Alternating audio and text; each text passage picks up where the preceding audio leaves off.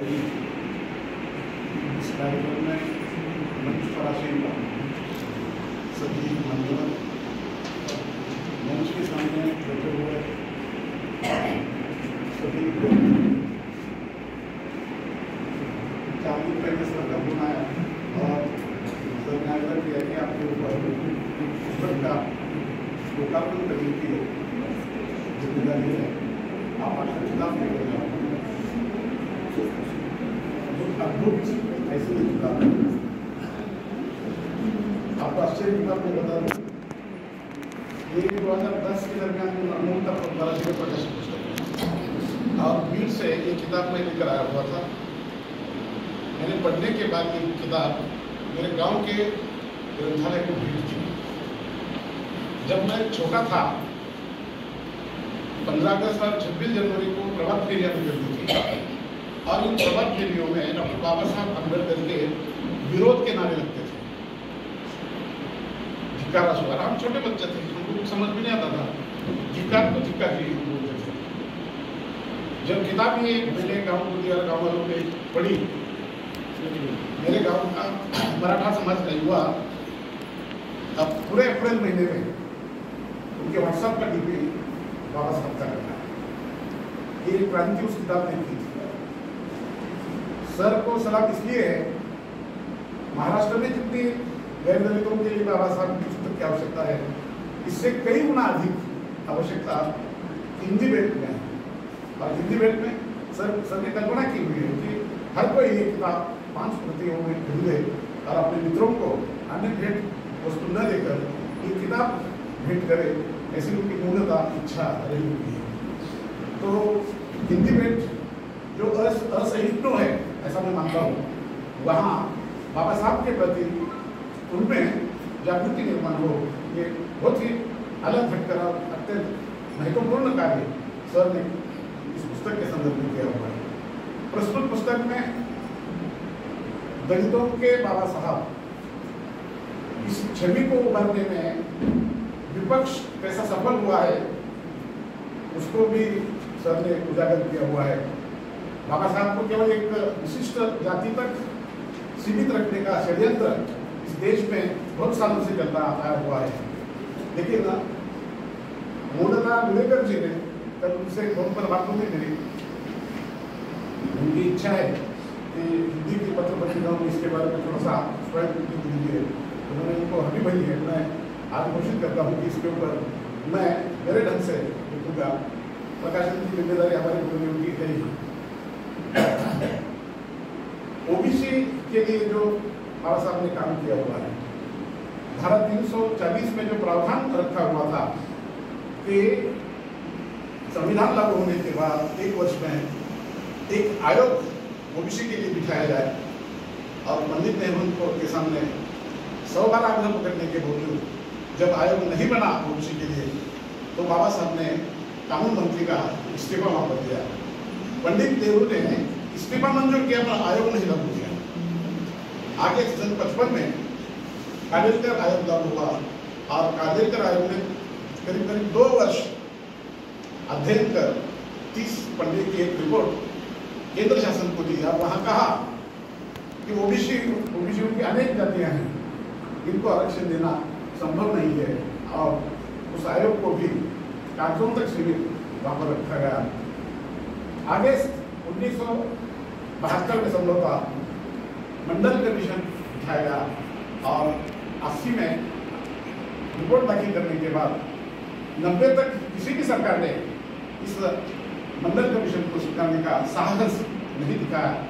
लेकिन बीजेपी सरकार जो अल्प समय के लिए आई हुई थी, वीपी सिंह ने सन 1990 में ये मंडल आयोग वहाँ पर लागू किया। करीब 4328 ओबीसी जातियाँ यहाँ पर है और उनका प्रतिशत जनसंख्या की दृष्टि से देखेंगे तो ये 53% समाज है, और 53% समाज के लिए 27% आरक्षण रखने का प्रावधान इस आयोग ने किया। जैसे ही आयोग लागू हुआ, पूरे देश में आगजनी की घटनाएं शुरू हो गई। कोई भी मरता तो उसके ऊपर पेट्रोल डाला जाता था और उसने आत्मदाह किया। इस प्रकार के समाचार मीडिया उनके पक्ष में गया हुआ था।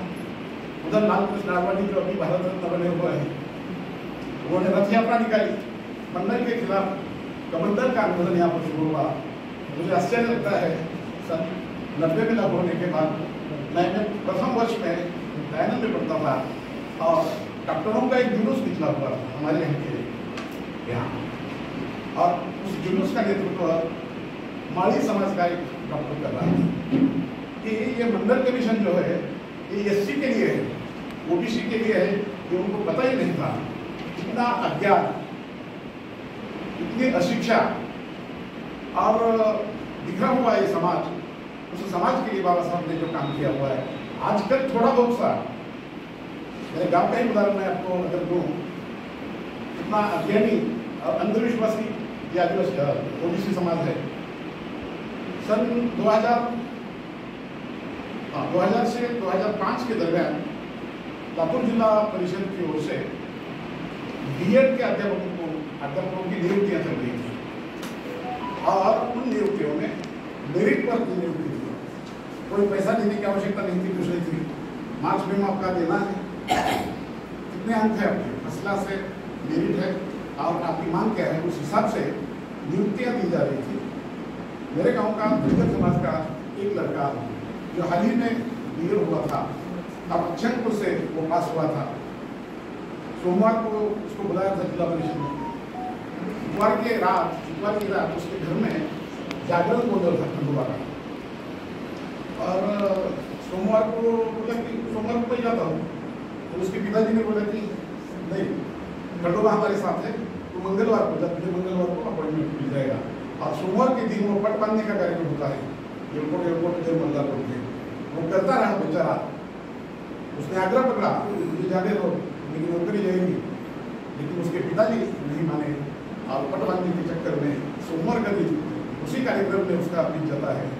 मंगलवार को आ गया, कोई उसको खड़ा नहीं होने दिया, हटा लिए। आज भी वो बेचारा, वो युवक मेरे गाँव में, खंडोबा कहाँ है सर, बोले उस दिन अगर काश की बात मेरे पिताजी मानते तो मैं आज कहीं ना कहीं तो अध्यापक बना देता।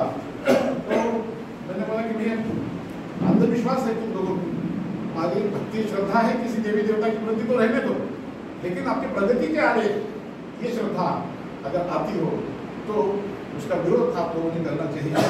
आज वो युवक जनजागृति का काम करते हुए गाँव व्याख्यान देते हुए भूलता है, जैसे जैसे जीवन यापन कर रहा है। बुद्धि को उसने मसालों का कारोबार शुरू कर दिया है और मसाले सप्लाई करके वो अपनी जीविका चला रहा है। तो ये ओबीसी के लिए बाबा साहब ने किया हुआ काम, जल नियोजन, जल नीति के संदर्भ में किसानों के लिए जो काम किया हुआ है वो अद्भुत काम है। जितने एक से बढ़कर एक जो बांध बने हुए हैं, उन बांधों की निर्मिति बाबा साहब की रही हुई है। ये नई बात, मैं इस किताब को कल 2003 में जब पढ़ रहा था, विदेश नीति के बारे में, अर्थ नीति के बारे में, बैंक नीति के बारे में तो सुना था, लेकिन जल नीति के बारे में बाबा साहब क्या राय रखते थे ये भी इसमें आया हुआ है। तो सर के मेरे, हालांकि मैं कक्षा का सीधा छात्र रहा हूँ, पीएचडी के लिए वर्गीकरण भी मैंने किया हुआ था, लेकिन संगठना, एनसीसी आदि पचड़े में पढ़ने के कारण ये काम मुझसे छूट गया। बीच में अबोला भी खूब चला, संघर्ष में कौन था वो उठा दे रहे, लेकिन आखिरकार उन्होंने क्षमा की। मराठी में जो किताब लिखी हुई है उसमें मेरे ऊपर एक लेख सर ने लिखा हुआ, मैं अपने आप को धन्य समझता रहा। और सतीश जी ये उनके ही छात्रों के हाथों से इसका प्रकाशन जो रखा हुआ है ना, वो यूं ही नहीं है, ये मेरे जैसे छात्र के गाल पर एक तमाचा है, उसको भी रिटायर होने को आ रहा है, कुछ भी नहीं कर रहा है, शायद इस कारण से उन्होंने मेरा क्योंकि और भी विद्यार्थी है ना, मुझे इसमें सम्मिलित किया तो मैं ये समझता हूँ। तो मैं आपको धन्यवाद देता हूँ, आपने मुझे इस लायक समझा और मुझे एक पुस्तक का लोकार्पण करने की अनुमति दी, सौभाग्य दिया। मेरे लिए बहुत ही उम्दा और भाग्यशाली रहा हुआ, भाग्यवान की मैं मानता नहीं, लेकिन गौरव की बात मैं महसूस करता हूँ। मेरी पत्नी भी हंस रही है दोनों पाहुणं सर का आदेश है जाना पड़ेगा। बहुत बहुत धन्यवाद। इस किताब का लोकार्पण हुआ ऐसा मैं घोषित करता हूँ।